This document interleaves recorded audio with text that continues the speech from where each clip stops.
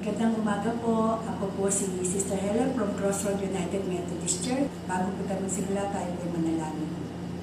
Ama, makapangyarihan sa lahat, maraming salamat po sa umagang pinagkaloob niyo sa amin ng bagong kalakasan. Naway maunawaan niyo ang dadalhin namin mensahe sa umagang ito. Ang iyong banal na espiritu ang mamuna sa amin sa umagang ito. Ito po ang ganito po ang sinasaad sa Efeso, Kabanata 3, talata 18-19. Upang lubusang maunawaan ninyo kasama ng mga hinirang ng Diyos kung gaano kalawak, gaano kahaba, gaano kataas at gaano kalalim ang kanyang pag-ibig. At naway malaman ninyo ang buong pag-ibig ni Kristo na hindi kayang abutin ng pag-isip upang kayo'y mapuspos ng kapuspusan ng Diyos. Para po sa ating tatalakayin sa Efeso po, Kabanata 3, talata 18-19, para tayo lumagin ang pag-ibig para mapalakas natin ang buhay na espiritu, ang ating buhay, kailangan ng ating mga damdamin, kaisipan at layunin ay dapat po ipasailalim natin sa kapangyarihan ng ating Panginoon.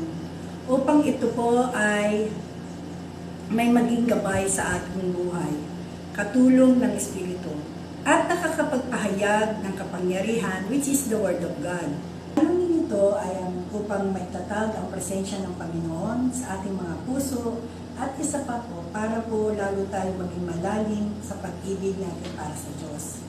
At upang manawan natin ang pag-ibig ni Kristo ay para sa atin.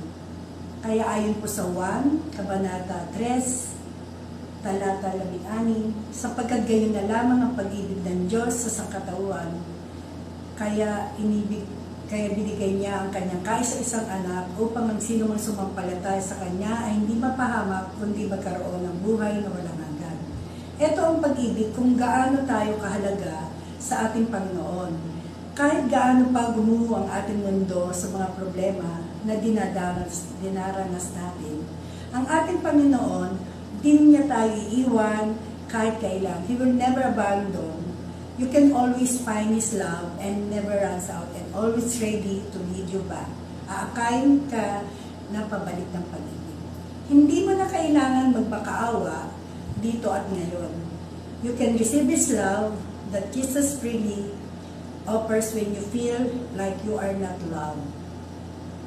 Remind yourself of the cross. Think about Jesus' sacrifice, the ultimate display of how wide, how long, how high, and how deep God's love is for you.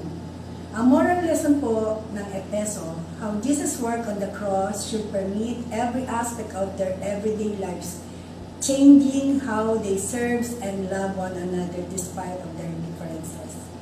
Jesus sacrificed for you. Your love, you are precious, you are valued. May you fully experience this love only our Lord Jesus can give more than you will ever know. Ito po ang aking lesson sa umagang ito. Amen. Tayo po'y manalangin. Ama, binabalik po namin lahat sa iyo ang papuri sa umagang ito at naway tumimo po sa aming mga puso ang mensahe sa umagang ito. At kayo po ang lagi mag-ingat sa amin, sa lahat po na nakikinig po sa umagang ito. Naway madama po namin ang iyong pag-ibig, ang iyong presensya, ang banal na espiritu sa umagang ito. Lahat po ito ay papuri sa inyo, Lord. In Jesus' name I pray. Amen. Bye-bye po.